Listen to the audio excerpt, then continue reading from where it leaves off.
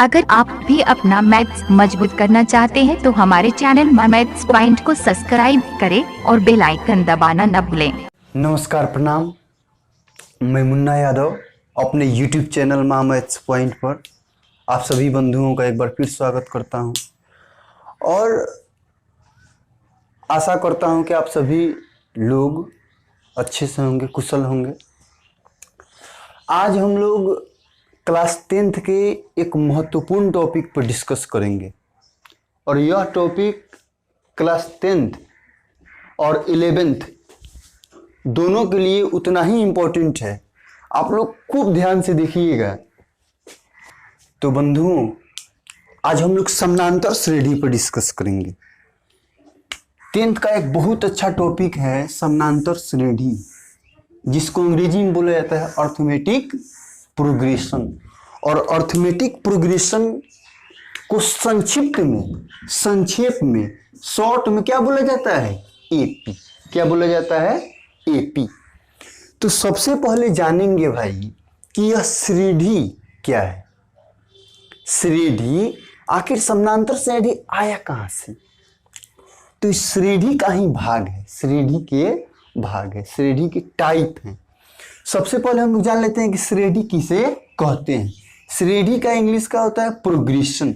और what is progression? देखिए ध्यान से, विशेष प्रतिबंधों के अनुसार लिखी गई संख्याओं के क्रम को श्रेणी कहते हैं। क्या कहते हैं? श्रेणी। विशेष प्रतिबंध, विशेष प्रतिबंधों के अनुसार लिखी गई संख्याओं के क्रम को श्रेणी कहते हैं। संख्याओं का कोई भी क्रम यदि कुछ निश्चित तरीकों से लिखी गई हो, उसे हम क्या कहेंगे? श्रेणी कहेंगे। जैसे देखिएगा यहाँ पर 1 3 5 7 9 डॉट डॉट दिया गया है ना। तो देखिए यहाँ पहला पद कितना है? 1 है। दूसरा पद कितना दिया है? 3 है। तीसरा पद कितना है? 5 है। देखिए प्रत्येक में इसमें डिफरेंस देखिए, पहला पद और दूसरा पद में डिफरेंस देखिए। डिफरेंस कितना का है? 2 का है कि नहीं? फिर यहाँ भी देखिए कितना का डिफरेंस है? 2 का। यहाँ भी देखिए डिफरेंस कितना का है? 2 का। यहाँ भी कितना का है? 2 का है। तो विशेष प्रतिबंध के अनुसार लिखी गई संख्याओं के क्रम को श्रेणी कहते हैं। यहाँ भी देख लीजिए, यहाँ प्रत्येक में 1 1 बढ़ रहा है, तो यहाँ पर डिफरेंस कितना का है? 1 का है। यहाँ देखिए ना मेरे मित्र, यहाँ डिफरेंस कितना का है? 3 का है। तो यदि किसी विशेष प्रतिबंध के अनुसार किसी संख्या को लिखी जाए तो वह क्या कहलाएगा? श्रेणी कहलाएगा। अब हम चर्चा करेंगे कि आखिर श्रेणी कितने प्रकार के होते हैं। तो श्रेणी मेरे मित्र 3 प्रकार के होते हैं। श्रेणी के टाइप कितने होते हैं? 3। लेकिन क्लास 10th में केवल एक ही टॉपिक पर डिस्कस होगा, नाम है अर्थमेटिक प्रोग्रेशन। क्या नाम है मेरे मित्र? Arithmetic progression. बहुत से विद्यार्थियों का ये था, फोन पर मैसेज कर रहा था कि सर 10th पर भी थोड़ा सा ध्यान दीजिए। तो आज हम 10th और 11th दोनों के लिए एक टॉपिक पर कर रहे हैं। जितना इम्पोर्टेंट 10th के लिए है उतना ही इम्पोर्टेंट 11th के लिए भी है। तो 10th और 11th दोनों विद्यार्थी देखेंगे। आइए देखिए ध्यान से। नहीं, श्रेणी के प्रकार में बता रहे थे। तो देखिए मेरे मित्र, प्रोग्रेशन के प्रकार, प्रोग्रेशन के प्रकार देखिए, सबसे पहला होता है समानांतर श्रेणी। समानांतर श्रेणी, और इसमें इसको बोला जाता है अर्थमेटिक प्रोग्रेशन।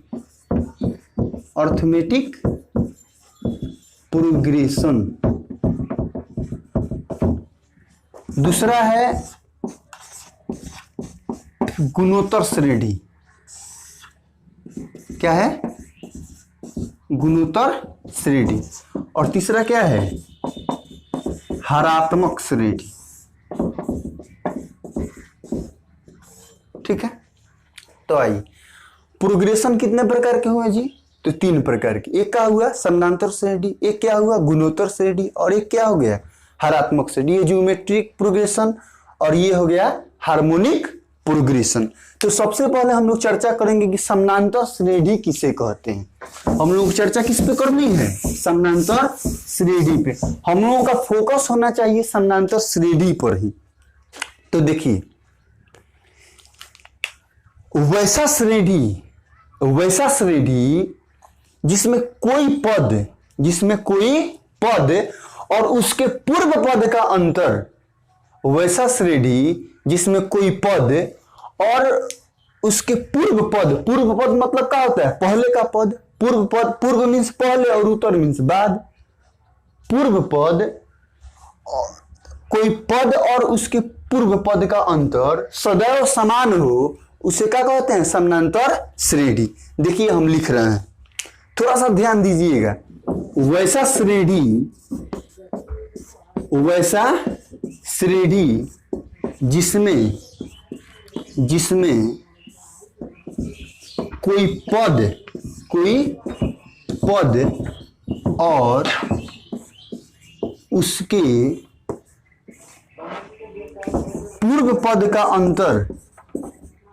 उसके पूर्व पद का अंतर, सदैव समान हो, समानांतर श्रेणी कहलाता है। समानांतर श्रेणी कहलाता है।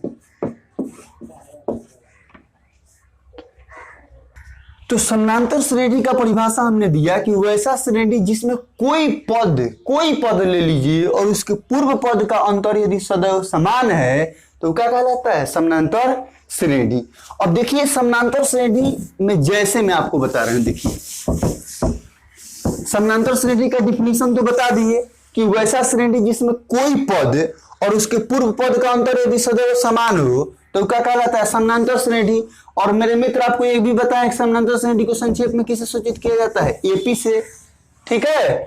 अब देखिए यहां पर एग्जाम्पल, जैसे मान लीजिए 2, 5, 8, 11, 14, 17 ... तो देखिए कोई पद, जैसे मान लीजिए इसका हम दूसरा पद लिए, दूसरा पद यहाँ पर क्या दिया है? 5 दिया है, और यहाँ पर पहला पद कितना दिया है? 2 दिया है। तो कोई पद और उसके पूर्व पद का अंतर क्या होना चाहिए? समान होना चाहिए। तो देखिए ये दूसरा पद में से पहला पद को घटाइए, 5 में से 2 घटाइए, कितना बचेगा? 3। फिर देखिए 8 से 5 घटाइए, कितना बचेगा? 3। 11 से 8 घटाइएगा तो कितना बचेगा? 3। 14 से 11 घटाइए, कितना बचेगा? 3। यहाँ भी कोई एक पद ले लीजिए और उसके पूर्व पद का अंतर यदि सदैव समान है तो क्या है? एपी है। तो 3, 2, 5, 8, 14, 11, 14, 17। एक और देखिए 1, 2, 3, 4, 5, 6, 7, 8 ऐसे डॉट करके दे सकते हैं यार। यह सब क्या है? समानांतर श्रेणी है।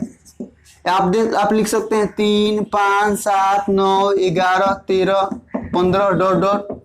यहां भी देख लीजिए, देखिए ध्यान से देखिए यहां पर कितना अंतर है? डिफरेंस देखिए समान है ना। 3 से 5 में डिफरेंस कितना का है? 2 का। 5 से 7 में डिफरेंस कितना का है? 2 का। 7 से 9 में कितना का डिफरेंस है? 2 का। 9 से 11 में कितना का डिफरेंस है? 2 का। 11 से 13 में कितना का डिफरेंस है? 2 का। तो हमें विश्वास है कि आप लोग समानांतर श्रेणी समझ गए होंगे। देखिए और एक और चीज, सबसे बड़ी चीज है, हमने यहां बता दिया आपको कि वैसा श्रेणी जिसमें कोई पद और उसके पूर्व पद का अंतर यदि समान हो, सदैव समान हो, तो क्या कहलाता है? समानांतर श्रेणी। देखिए एपी के प्रथम पद को सूचित किया जाता है T1 से, दूसरा पद को T2 से, तीसरा पद को T3 से, चौथा पद को T4 से, पांचवा पद को T5 से, छठा पद को T6 से, सातवां पद को T7, 10वां पद T10, 11वां पद T11, 100वां पद T100, 50वां पद। इसी प्रकार से आप सूचित कर सकते हैं। ठीक इसी प्रकार से इसके nवां पद को Tn से सूचित करते हैं। कैसे सूचित करते हैं? Tn से। हाँ मेरे मित्र एक और बात जान लीजिए, इसे A1 से भी सूचित, एपी के प्रथम पद को T1 सूचित किया जाता है और एपी के प्रथम पद को A1 से भी सूचित किया जाता है, दूसरा पद को A2 से भी सूचित किया जाता है।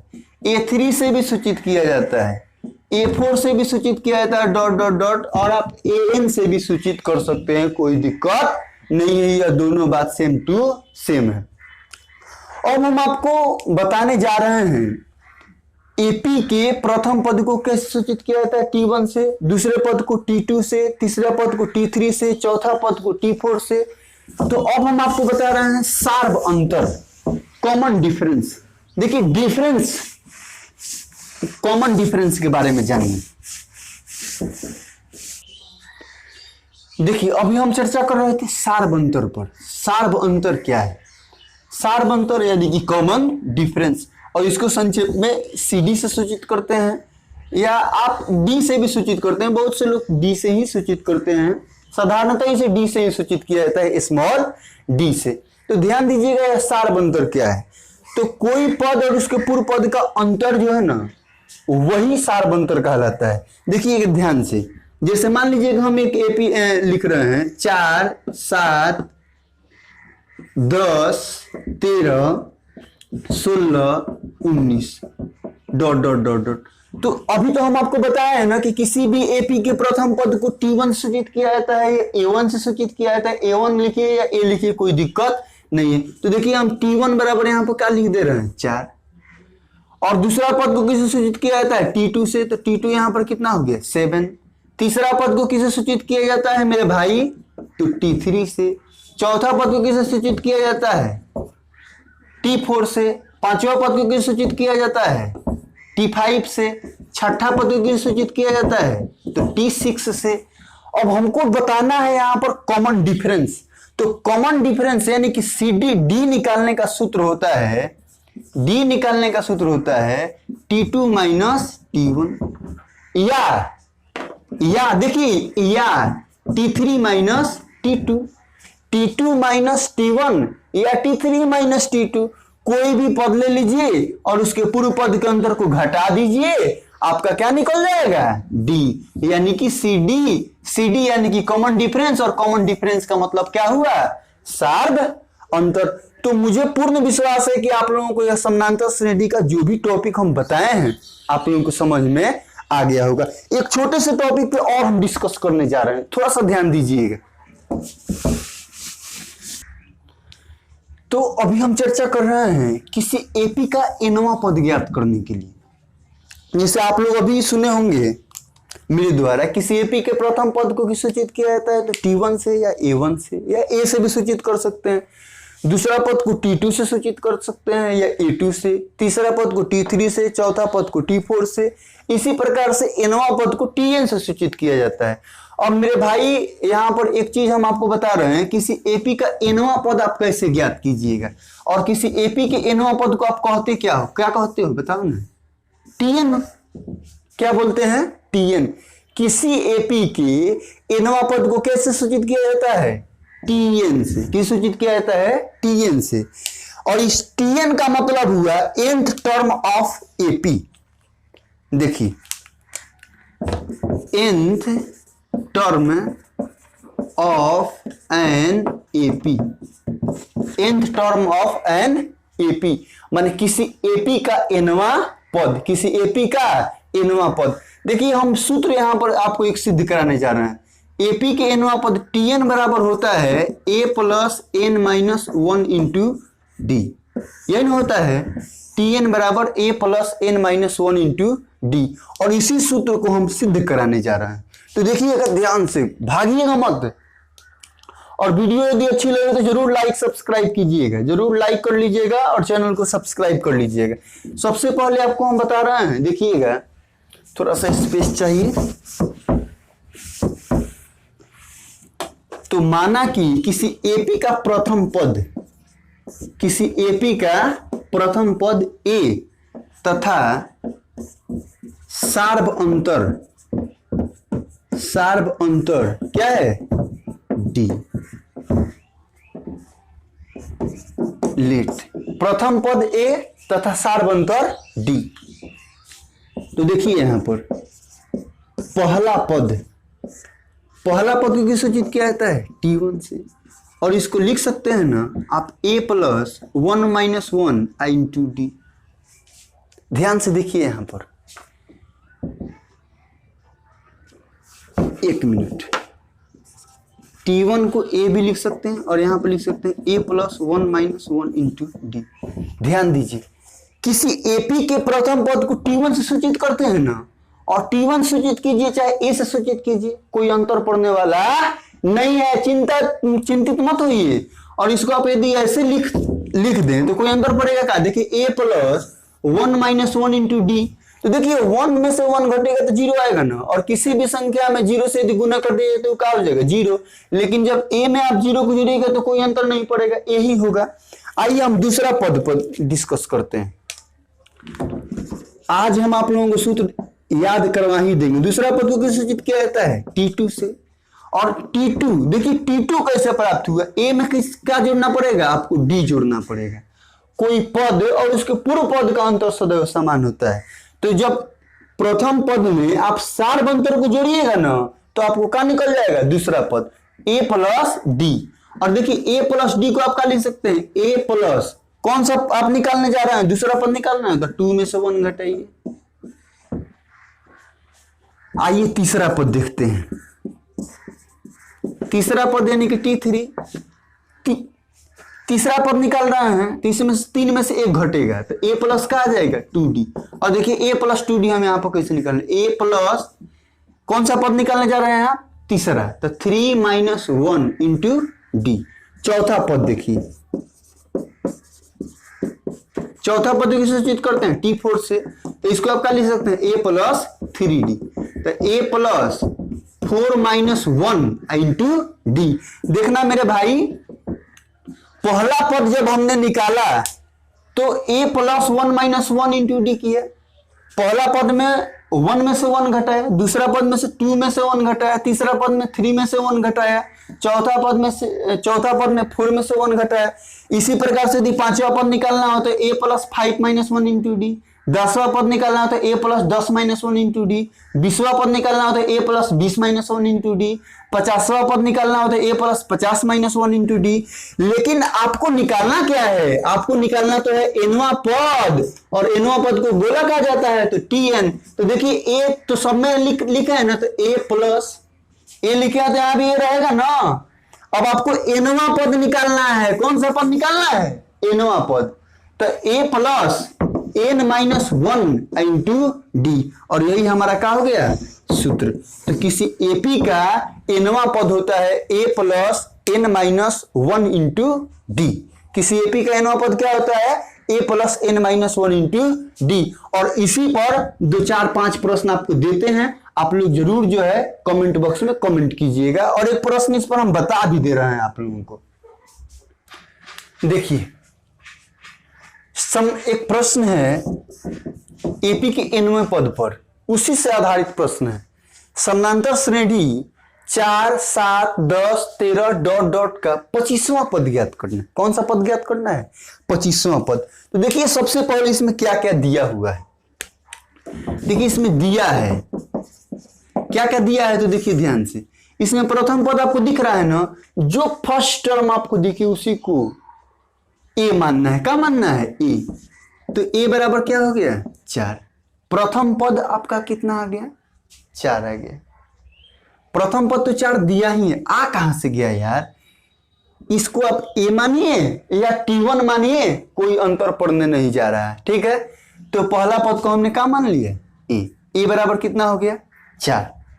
अब हमको क्या चाहिए? देखिए सूत्र होता है AP के nवां पद का सूत्र क्या होता है? A plus n minus 1 into D. क्या चाहिए आपको? अब आपको चाहिए D। और आपको बताया था ना जब सार बंदर पढ़ाए थे कि D का सूत्र क्या होता है? T2 minus T1। क्या होता है? T2 minus T1। तो पहला पद आपका कितना है? 4। दूसरा पद आपका कितना है? 7। तो दूसरा पद कितना है? 7। और पहला पद कितना है? 4। और 7 में 4 घटेगा तो कितना आ जाएगा? 3। तो A हमारा आ गया 4 और D का मान कितना हो गया? 3। और आपका 25वां पद ज्ञात करना है, माने n बराबर कितना दिया है? 25। और हम लोग जानते हैं, we know that, क्या जानते हो मेरे भाई? Tn बराबर a plus n minus 1 into D होता है। तो बस पुट द वैल्यू और गिव द आंसर, यानी आपको T25 ज्ञात करना है। a का मान कितना दिया है 4 प्लस 25 माइनस 1 इंटू डी का मान कितना हो गया, देखिए डी का मान दिया है 3। तो 4 प्लस 25 में से घट जाएगा कितना बचेगा 24 गुने 3। तो 24 तिया बताइए कितना होता है 72। अब 72 और 4 कितना हो गया 76। देखिए यदि आपको 10वां पद ज्ञात करने के लिए बात करता है ना, तो इसमें से एक घटा दीजिएगा, a प्लस कितना लिख दीजिएगा 9d। 20वां पद की बात करेगा तो क्या लिखिए, एक घटाइएगा तो a प्लस कितना आ जाएगा 19d। 50वां पद की बात करेगा तो क्या लिखिएगा a प्लस 49d। 100वां पद की बात करेगा तो क्या लिखिएगा a प्लस 99d। 500वां पद का बात करेगा तो क्या लिखिएगा a प्लस 499d। बस a और d का मान पुट कर दीजिएगा ना, बन जाएगा आपका प्रश्न। मुझे उम्मीद है कि यह सारी बातें आप लोगों को समझ में आई होगी। यदि किसी प्रकार का दिक्कत हो तो आप मेरे व्हाट्सएप नंबर 9939114333 पे आप संपर्क कर सकते हैं। वीडियो को लाइक कीजिएगा, वीडियो को क्या कीजिएगा लाइक, और चैनल को क्या कर लीजिएगा सब्सक्राइब, और बेल आइकन भी दबा दीजिएगा कि मेरी जो नोटिफिकेशन है उड़ते उड़ते हवा में एकदम उड़ते उड़ते आप तक पहुंच जाए। वीडियो देखने के लिए बहुत बहुत धन्यवाद। आप लोग अपना प्यार दुलार बनाए रखिएगा। नमस्कार।